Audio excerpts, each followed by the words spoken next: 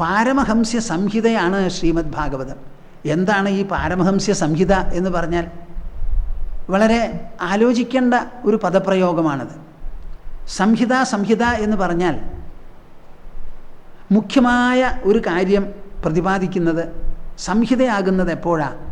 മുഖ്യമായിരിക്കുന്ന ഒരു തത്വം മുറുകി പിടിച്ചുകൊണ്ട് അതിന് ഉപോദ്ബലകമായും അനുബന്ധമായും സഹായകമായുമുള്ള സമാന ചിന്താഗതികളെ മുഴുവൻ അവതരിപ്പിച്ച് എല്ലാറ്റിനെയും കൂട്ടിയിണക്കി ഈ മുഖ്യധാരയെ, തത്വധാരയെ കൂടുതൽ ശക്തിമത്തും പ്രസക്തവും ഊർജ്ജസ്വലവും ആക്കുന്നതാണ് ഈ സംഹിതയുടെ ഉദ്ദേശം.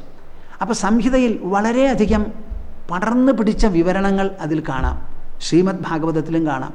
ദേശവിവരണം, കാലവിവരണം, വ്യക്തിവിവരണം, മനുഷ്യരാശിയുടെ സമ്മിശ്രിതമായിരിക്കുന്ന സ്വഭാവങ്ങൾ, പെരുമാറ്റം, ദേശം, കാലം എന്ന് തുടങ്ങി എല്ലാം അവിടെ പരാമർശിക്കുന്നുണ്ട്. അങ്ങനെയൊക്കെ ആണെങ്കിലും അതിന് പാരമഹംസ്യ സംഹിത എന്ന് പേര് വരാൻ എന്താണ് കാരണം? ആദ്യമായിട്ട് ഈ ശ്രീമദ് ഭാഗവതം രചിച്ചതൊരു പരമഹംസനാണ്. ആരാണ് ഈ പരമഹംസൻ? ഹംസം എന്നുള്ള വാക്കിന് അർത്ഥം അരയന്നം, ഒരു പക്ഷിയാണ്. സാധാരണ അരയന്നം എന്ന് നാം പറയാറുണ്ടെങ്കിലും ഇത് കവികൾ വിഭാവനം ചെയ്യുന്ന ഒരു അരയന്നമാണ്. അതിന് വിശേഷപ്പെട്ട ഒരു ശക്തിയും ഒരു സാമർഥ്യവും ഉണ്ടത്രേ. എന്താണത്? 1 ലിറ്റർ പാലും 1 കുടം വെള്ളവും കൂടി കലർത്തി അങ്ങോട്ട് വെച്ചു കൊടുത്താൽ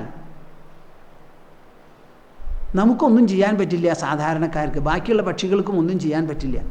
ഈ ഹംസം, അരയന്നം എന്ന് പറയുന്ന പക്ഷി അതിലെ പാല് മാത്രം ഉറിഞ്ചി കുടിച്ച് വെള്ളം ബാക്കി വയ്ക്കുമത്രേ. സാധാരണ മനുഷ്യൻ്റെ ജീവനെ, മനുഷ്യൻ്റെ മനസ്സിനെയോ ബുദ്ധിയെയോ അഹങ്കാരത്തെയോ ഹംസം എന്നാണ് ശാസ്ത്രീയമായ ഭാഷയിൽ ചിത്രീകരിക്കാറുള്ളത്. അതിൻ്റെ ഉദ്ദേശം എന്താണ്?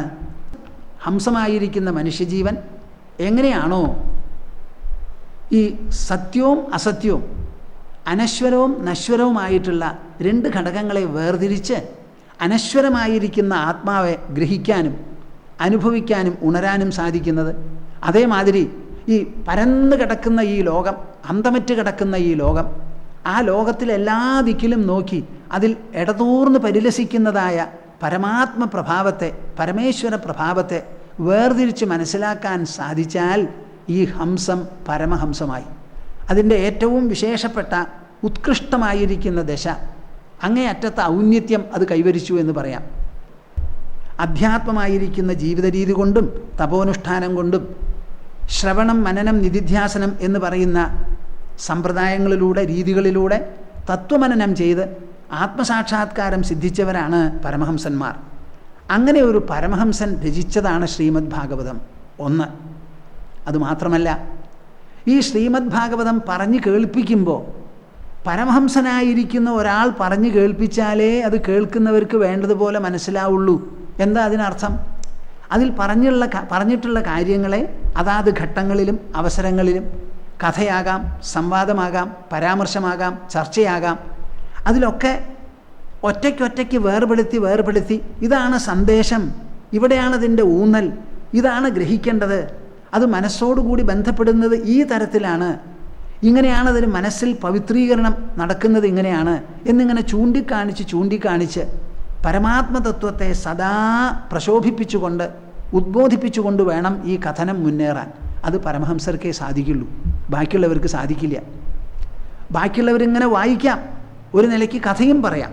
പക്ഷേ തത്വകഥനം എന്ന് പറയുന്നത് തത്വമൂല്യ സിദ്ധാന്ത പ്രവചനമാകണം അത് എന്നുണ്ടെങ്കിൽ അവരവർക്ക് അനുഭവിച്ച് അതിൻ്റെ മഹത്വവും മേന്മയും മെച്ചവുമൊക്കെ മനസ്സിലാക്കിയിട്ടുള്ള പരമഹംസർക്കേ സാധിക്കുള്ളൂ.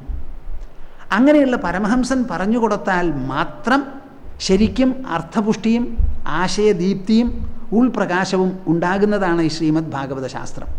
മാത്രമല്ല, അതങ്ങനെ പറഞ്ഞു കൊടുത്താൽ കേൾക്കുന്നവർക്കുള്ള നേട്ടമോ? കേൾക്കുന്നവർ ഹംസമായ ഒരു നിലയിൽ നിന്ന് തുടങ്ങി പരമഹംസമായിരിക്കുന്ന ഒരു നില അവർക്കടയാൻ സാധിക്കും.